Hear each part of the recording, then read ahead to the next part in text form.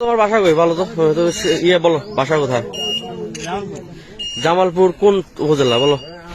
কোন উপজেলা বলো? চট্টগ্রাম উপজেলা। আসসালামু আলাইকুম দর্শক, আমি এই মুহূর্তে রয়েছি রৌমারী উপজেলার বিজিবি ক্যাম্পের সামনে।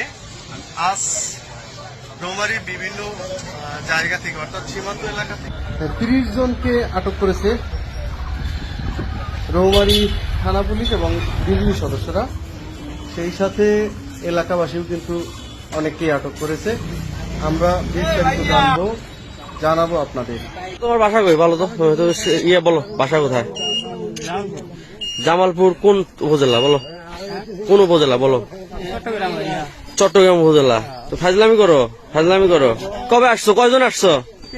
3 জন। আর গুলার নাম কি? সামু কামু। তুমি ফাজলামি করো মানে তুমি কি ইয়ে সাজতেছো, বোকা চোদা সাজতেছো?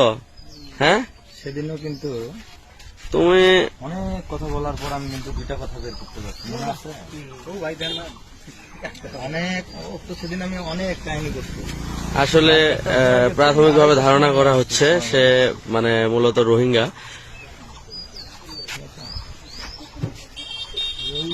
আজকে কট খেয়ে গেছো তুমি, বসো। তো পুলিশকে খবর দেওয়া হয়েছে, পুলিশ আসতেছে, তোমাকে নিয়ে যাবে।